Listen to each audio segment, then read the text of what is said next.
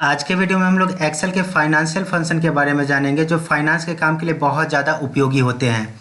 तो financial function में सबसे पहले हम लोग पीएमटी फंक्शन के बारे में जानेंगे, उसके बाद आईपीएमटी फंक्शन के बारे में जानेंगे, उसके बाद पीपीएमटी फंक्शन के बारे में जानेंगे, उसके बाद पीवी फंक्शन के बारे में जानेंगे और उसके बाद एफवी फंक्शन के बारे में जानेंगे। तो चलिए एक एक फंक्शन को हम लोग एक एक करके देख लेते हैं जो कौन सा फंक्शन आपके लिए कैसा काम करता है। ये फंक्शंस आपके लिए काफ़ी उपयोगी होंगे, तो इस वीडियो को बिना स्किप किए एंड तक का देखते रहें। चलिए वीडियो शुरू करते हैं। तो चलिए सबसे पहला फंक्शन हम लोग पढ़ते हैं जिसका नाम है पीएमटी। पीएमटी का मतलब पेमेंट होता है, जो आपके द्वारा दिए गए लोन अमाउंट, टाइम और रेट के आधार पर आपके लिए रीपेमेंट या ईएमआई को कैलकुलेट करने का काम करता है। यहाँ पे देख सकते हैं मैंने एक डेटा रखा है जहाँ पे लोन अमाउंट है, टाइम है जो एयर में दिया गया है और रेट दिया गया है आपके लिए। हमको बोला गया है जो इस लोन अमाउंट, टाइम और रेट के आधार पे इसका ईएमआई कैलकुलेट करना है आपको। तो सिंपली ईएमआई कैलकुलेट करने के लिए हम लोग एक फॉर्मूला यूज़ करेंगे इक्वल टू पीएमटी। और जैसे पीएमटी लिखेंगे यहाँ पे देख सकते हैं सजेस्टेड में आपके लिए फंक्शन आ चुके हैं। या तो आप इस फंक्शन पे डबल क्लिक कर दें तब भी ये फंक्शन एक्टिवेट हो जाएगा, या कीबोर्ड से टैब बटन दबा दें। अब पीएमटी फंक्शन को सबसे पहले आपके डेटा का चाहिए रेट, देख सकते हैं यहाँ पे रेट चाहिए। तो सबसे पहले हम लोग इस डेटा के रेट वाले सेल को सेलेक्ट कर लेते हैं। अब चूंकि ईएमआई हमको मंथली देना है, तो ये आपका जो रेट है ना वो वार्षिक है, तो मैं इसे मंथली कन्वर्ट करने के लिए इसको डिवाइड कर देता हूँ 12 से, कॉमा। उसके बाद आपको इस फंक्शन को देना होगा एनपीईआर। एनपीईआर का मतलब होता है नंबर ऑफ पीरियड, मतलब आपका लोन कितने समय के लिए है। तो यहाँ पे देख सकते हैं हमारे लिए टाइम दिया गया, तो मैं टाइम वाले सेल को सेलेक्ट कर लेता हूँ। अब यहाँ पे टाइम जो दिया गया वो ईयर में दिया गया है, और चूंकि ईएमआई हमको मंथ में देना है तो इसको मैं मल्टीप्लाई कर दूंगा 12 से, ताकि मैं इस टाइम को मंथ में कन्वर्ट कर पाऊँ। अब फिर से कॉमा लगाएंगे। अब इसको चाहिए पीवी, मतलब आपका प्रिंसिपल वैल्यू क्या है। तो यहाँ पे देख सकते हैं हमारा लोन अमाउंट ये सेल में है, तो मैं इस सेल का पता देते हुए ब्रैकेट क्लोज करेंगे और एंटर बटन हिट करेंगे। अब देख सकते हैं यहाँ पे एंटर हिट करते हैं, आपका रिजल्ट आ गया, लेकिन रिजल्ट आपका ब्रैकेट में आ रहा है, मतलब ये माइनस में वैल्यू है। तो नॉर्मली इस सेल को सेलेक्ट करके मैं आपको जनरल करके दिखाता हूँ। तो जैसे ही जनरल करेंगे देख सकते हैं यहाँ पे आपका ईएमआई तो निकल रहा है, लेकिन ये माइनस में दिख रहा है। अब यहाँ पे डेसिमल ज़्यादा दिख रहा है, तो इस डेसिमल को यहाँ से आप डिक्रीज कर सकते हैं। अब इस माइनस को हटाने का 4 तरीका मैं आपको बताता हूँ। पहला और सिंपल तरीका है, जो इस पीएमटी फंक्शन से पहले आप माइनस सिंबल लगा के एंटर लगा दिए, फिर भी ये माइनस हट जाएगा। दूसरा तरीका मैं आपको बता दूं, जो इस माइनस को हटाने के लिए इस पीएमटी फंक्शन से पहले आपको एबीएस एक फंक्शन है जो यूज करना पड़ेगा। एबीएस ब्रैकेट शुरू करना है और इस पीएमटी वाले पूरे फंक्शन को इस एबीएस फंक्शन में रखते हुए ब्रैकेट क्लोज करना है और एंटर हिट करना है, फिर भी आपका माइनस हट जाएगा। तीसरा तरीका है माइनस हटाने का, मैं वो भी तरीका आपको बता दूं। सिंपल आपको करना कुछ नहीं होगा, यहाँ पे आपका जो भी लोन अमाउंट है पहले इसमें माइनस सिंबल लगा देना होगा। जैसे देख सकते हैं माइनस सिंबल लगाते हैं यहाँ पे, फिर भी आपका यहाँ पे ईएमआई प्लस में आ रहा है। एक तरीका और मैं आपको बता दूं, आप फॉर्मूला को एडिट कीजिए और जहां पे आपने लोन अमाउंट वाले सेल का पता दिया उससे पहले आप माइनस का सिंबल लगा दीजिए, फिर भी आपके लिए यहाँ पे माइनस सिंबल हट जाएगा। तो देख सकते हैं इस 1 लाख रुपया का प्रत्येक महीने हमको 24 मंथ तक 8% रेट की दर से हमको 4,523 रुपये प्रत्येक महीने ईएमआई देना पड़ेगा। अब देख सकते हैं यहाँ पे टोटल ईएमआई हमको पे करना है इक्वल टू 2 साल तक पे करना है, तो मैं इस 2 ईयर को मल्टीप्लाई कर देता हूँ 12 से। अब देख सकते हैं 24 ईएमआई हमको देना है, तो ईएमआई टोटल पेएबल जो होगा इक्वल टू ये ईएमआई वाले सेल को सेलेक्ट करते हैं और मल्टीप्लाई कर देते हैं जितना ईएमआई हमको देना है। तो ये 24 ईएमआई देना है। तो देख सकते हैं टोटल ईएमआई में जो आपको पैसा देना है वो देना है आपको 1,08,545 रुपया। अब यहाँ पे अगर हम इंटरेस्ट की बात कर लें तो इक्वल टू करते हैं और टोटल पेएबल ईएमआई से माइनस कर देते हैं जो मेरा लोन अमाउंट है। तो देख सकते हैं यहाँ पे आपको इतना इंटरेस्ट इस पैसे के लिए आपको ईएमआई के रूप में देना पड़ेगा। अब एक और डेटा पे मैं क्लियर कर दूं, यदि आपका समय पहले से मंथ में दिया रहे तो क्या करेंगे। तो यहाँ पे देखिए मैं इक्वल टू लिखता हूँ और पहले ही माइनस सिंबल लगा लेता हूँ ताकि हमारा रिजल्ट माइनस में ना आए। यहाँ पे मैं लिखता हूँ पीएमटी और ब्रैकेट शुरू करते हैं। सबसे पहले मैं रेट वाले सेल का पता देता हूँ और इसको डिवाइड कर देता हूँ 12 से, कॉमा लगाते हैं। अब यहाँ पे एनपीआर देते हैं, तो एनपीआर देख सकते हैं ये मेरा सेल है जिसपे हमारा पीरियड लिखा गया है। अब देख सकते हैं ऑलरेडी मैंने टाइम को मंथ में मेंशन किया, तो यहाँ पे आपको मल्टीप्लाई करने की कोई ज़रूरत नहीं पड़ेगी। कॉमा लगाते हैं, यहाँ पे इसको चाहिए प्रिंसिपल वैल्यू, तो ये रहा मेरा प्रिंसिपल वैल्यू। ब्रैकेट क्लोज करते हैं और एंटर बटन हिट करते हैं। अब यहाँ पे इस सेल को हम लोग जनरल कर देते हैं और यहाँ पे डेसिमल एक्स्ट्रा जो आ रहा है उस डेसिमल को हटा देते हैं। आप डेटा में आपको रिजल्ट बराबर देखने को मिलेगा। टोटल ईएमआई हमको 24 पे करना है और टोटल पेएबल ईएमआई हो जाएगा इक्वल टू आपका पहला ईएमआई मल्टीप्लाई बाय ये मंथ। जैसे एंटर हिट करेंगे देख सकते हैं यहाँ पे टोटल ईएमआई जैसा यहाँ पे दिख रहा है वैसा यहाँ पे भी दिख रहा होगा। अब अगर इंटरेस्ट की बात करें तो इक्वल टू करेंगे और टोटल पेएबल ईएमआई में से माइनस कर देंगे जो मेरा प्रिंसिपल वैल्यू है। जैसे एंटर हिट करेंगे देख सकते हैं यहाँ पे आपका इंटरेस्ट निकल के आ गया है। एक पे और मैं ईएमआई कैलकुलेट करके दिखा देता हूँ। कुछ ऐसे लोन होते हैं जहाँ पे जब कोई सामान आप खरीदते हैं तो कुछ डाउन पेमेंट आपको करना पड़ता है।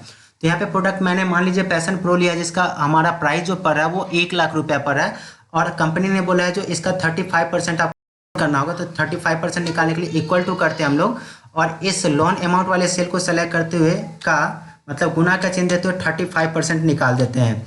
एंटर लेते हैं तो आपको डाउन पेमेंट 35,000 रुपया करना पड़ेगा। अब आपका लोन अमाउंट जो होगा वो इक्वल टू हो जाएगा क्या, ये आपका प्रोडक्ट का प्राइस माइनस हो जाएगा जितना आपने डाउन पेमेंट किया है। एंटर। तो यहाँ पे देख सकते हैं यहाँ पे आपका ये लोन अमाउंट है और इस लोन अमाउंट के आधार पे इसका ईएमआई निकालना है। तो इसके लिए हम लोग सिंपली क्या करेंगे, इक्वल टू करेंगे और सबसे पहले एक फंक्शन लगाएंगे। फंक्शन से पहले मैं माइनस लगा देता हूँ ताकि मेरा रिजल्ट प्लस में आए। मैं लिखता हूँ PMT, ब्रैकेट शुरू करता हूँ और सबसे पहले मैं रेट वाले सेल को सेलेक्ट करता हूँ और डिवाइड कर देता हूँ 12 से, कॉमा लगाते हैं। अब इसको नंबर ऑफ पीरियड चाहिए तो ये रहा नंबर ऑफ पीरियड, चूंकि ऑलरेडी ये मंथ में इसलिए मैं मल्टीप्लाई नहीं कर रहा हूँ।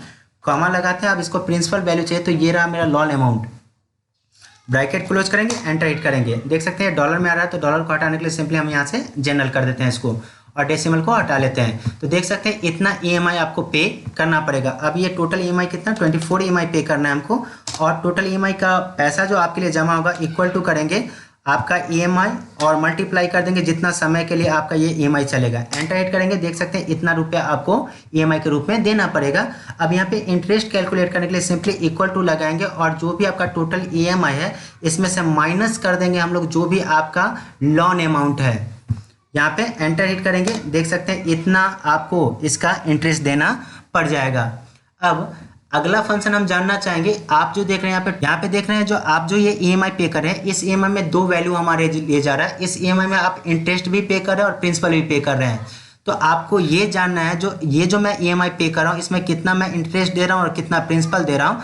तो एक्सेल में इसके लिए भी स्पेशली फॉर्मूला दिया गया जिस फॉर्मूला का नाम है IPMT और PPMT। तो सबसे पहले हम लोग IPMT कैलकुलेट करेंगे। तो IPMT कैलकुलेट करने के लिए सबसे पहले आपको यहाँ पे एक डेटा प्रिपेयर करना होगा। जैसा देख सकते हैं सबसे पहले मैंने लिया है मंथ, उसके बाद लिया है इंटरेस्ट, उसके बाद लिया है प्रिंसिपल और उसके बाद लिया है अमाउंट। अब एक बात मैं बता दूं, मंथ में आपको उतना मंथ मेंशन करना है जितना मंथ के लिए आपका ईएमआई चलेगा। तो देख सकते हैं इस डेटा में मेरा 24 ईएमआई है तो यहाँ पे मंथ में मैंने 24 मंथ्स तक का 24 मंथ्स लिया है। अब यहाँ पे इंटरेस्ट को कैलकुलेट करने के लिए एक फॉर्मूला ये दिया है जिसका नाम है IPMT। तो IPMT फंक्शन को यूज करने के लिए सबसे पहले आपके पास ईएमआई वाला डेटा होना चाहिए। अगर ईएमआई वाला डेटा नहीं है तो आप यहाँ पे IPMT या PPMT फंक्शन का यूज नहीं कर पाइएगा। चलिए मैं IPMT फंक्शन को यूज करके आपको दिखाता हूँ। तो सबसे पहले इक्वल टू लगाएंगे और लिखेंगे IP। जैसे IP लिखेंगे देख सकते हैं सजेस्टेड में यहाँ पे फॉर्मूला आ गया। मैं टैप बटन हिट करता हूँ। अब सबसे पहले देख सकते हैं IPMT को चाहिए रेट। तो आपको रेट क्या करना है, जो आपका ईएमआई वाला डेटा उस डेटा से आपको रेट देना है। अब एक बात मैं क्लियर कर दूं, यह जो रेट है ना ये 24 मंथ तक बराबर रहने वाला है। तो मैं इसको सिंपली F4 की मदद से इसे लॉक कर देता हूं और इसको डिवाइड कर देता हूं 12 से। 12 से डिवाइड इसलिए करना चूंकि यहाँ पे आपका रेट जो है वो वार्षिक है जबकि हमको ईएमआई मंथली कैलकुलेट करना है। कॉमा लगाते हैं, उसके बाद चाहिए पीरियड। पीरियड का मतलब वह मंथ जिस मंथ का आप यहाँ पे इंटरेस्ट कैलकुलेट करना चाहते हैं। तो मैं फर्स्ट मंथ का इंटरेस्ट कैलकुलेट करना चाहता हूँ तो फर्स्ट मंथ वाले सेल को सेलेक्ट करते हैं। अब इस मंथ को लॉक नहीं करेंगे क्योंकि इस फॉर्मूले के नीचे तक हमको ड्रैग करना है। कॉमा लगाते हैं, उसके बाद चाहिए इसको नंबर ऑफ पीरियड। तो नंबर ऑफ पीरियड मतलब ये लोन अमाउंट जो 24 मंथ तक के लिए। तो मैं ईएमआई वाले डेटा से टाइम को सेलेक्ट कर लेता हूँ और F4 की मदद से इसे लॉक कर देता हूँ।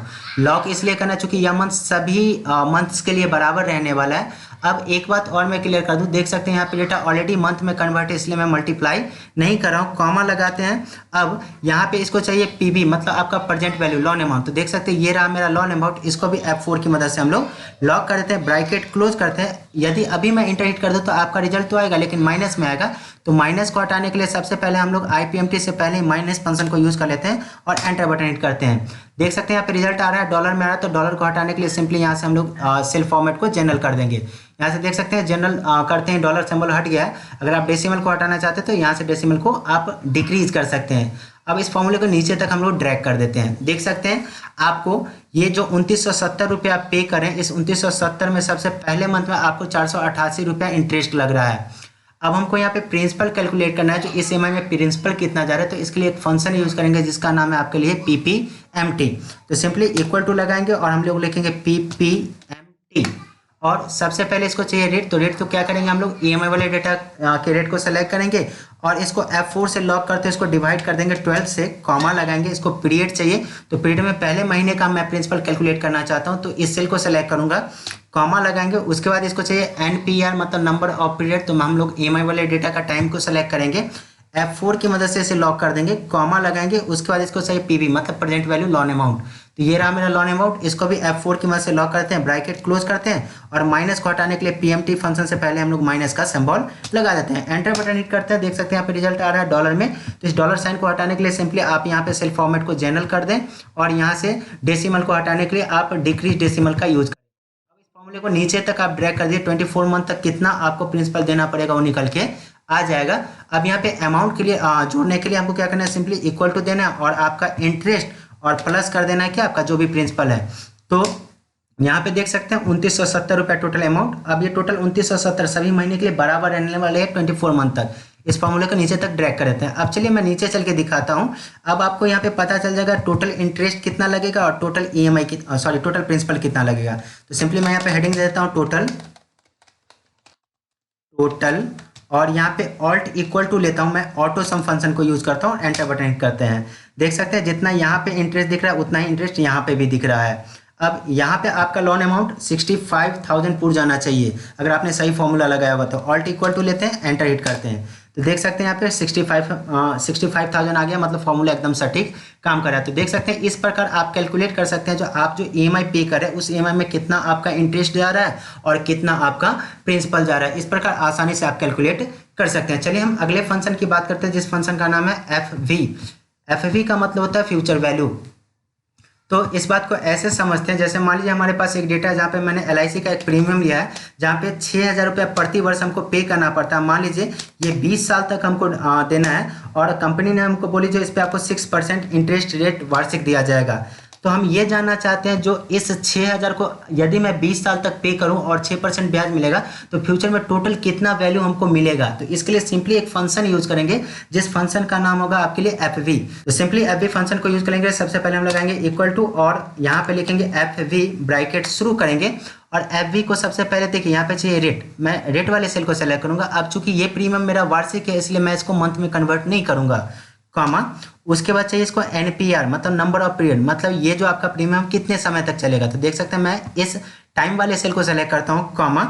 उसके बाद इसको चाहिए PMT मतलब आप कितना पेमेंट कर रहे हैं। तो पेमेंट में जिस समय वैल्यू लिखा हूँ उस सेल को सेलेक्ट करते हैं, ब्रैकेट क्लोज करते हैं। अब यदि यहाँ पे एंटर ले ले तो आपका रिजल्ट माइनस में आएगा, तो माइनस को हटाने के लिए FV से पहले ही मैं माइनस सिंबल लगाता हूँ, एंटर बटन हिट करते हैं। अब यहाँ पे इस डॉलर साइन को हटाने के लिए सिंपली इस सेल के फॉर्मेट को हम लोग जनरल करते हैं और डेसिमल को हटाने के लिए यहाँ से डिक्रीज। देख सकते हैं यदि आप 6,000 का प्रीमियम लेते हैं और 20 साल तक इसे पे करते हैं, अगर 6% आपको इंटरेस्ट मिल रहा है तो आपको वापस तो फ्यूचर में आपको 2,20,714 रुपये वापस मिल जाएगा।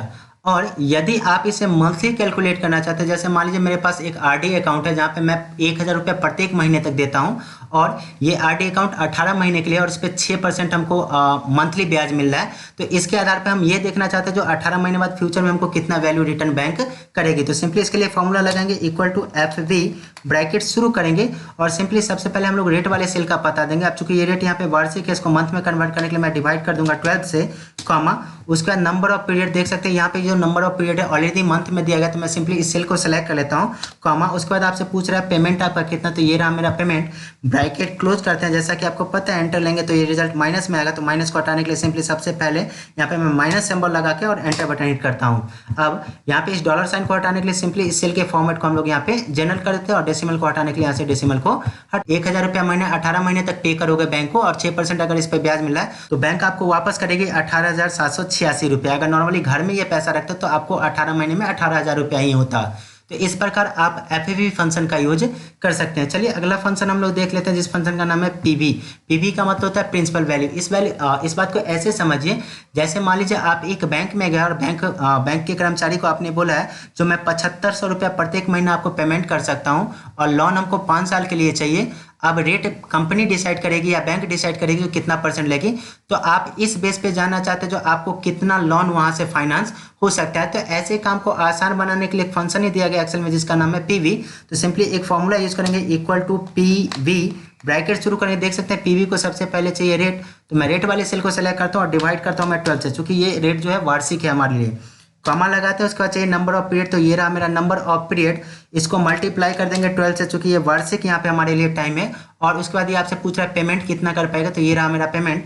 ब्रैकेट क्लोज करते हैं और इससे पहले कि मैं एंटर करूँ, आपको पता है रिजल्ट माइनस में आएगा, तो इस माइनस को हटाने के लिए पहले मैं माइनस सिंबल यूज करता हूँ और एंटर बटन हिट करते हैं। तो देख सकते हैं यदि आप 7500 रुपया प्रत्येक महीना जमा कर पाएगा 5 साल तक के लिए, और अगर आपका ब्याज 8.5% लग रहा है, तो इस प्रकार बैंक से आपको लोन 3,65,559 रुपया देखने को मिल जाएगा। जैसे आप अपना पीएमटी बढ़ेगा तो आपका लोन अमाउंट भी यहाँ पे आपको बढ़ता हुआ नजर आ जाएगा। जैसे मान लीजिए अगर मैं 10,000 पे कर पाऊंगा, तो 10,000 के आधार पर देख सकते हैं इतना आपको लोन देखने को मिल जाएगा। तो इस प्रकार एक्सेल में आप पीएमटी, आईपीएमटी, पीपीएमटी, पीवी और एफवी फंक्शन का यूज कर सकते हैं। तो आशा करता हूं दोस्तों ये सभी फंक्शन आपको समझ में आ गया। अगर आपको कोई दिक्कत है इन फंक्शन को समझने में, तो आप हमसे कमेंट करके पूछ सकते हैं। वीडियो पसंद है तो लाइक करें एवं इसी प्रकार के वीडियोज के लिए आप हमारे चैनल को सब्सक्राइब करें। Thank you.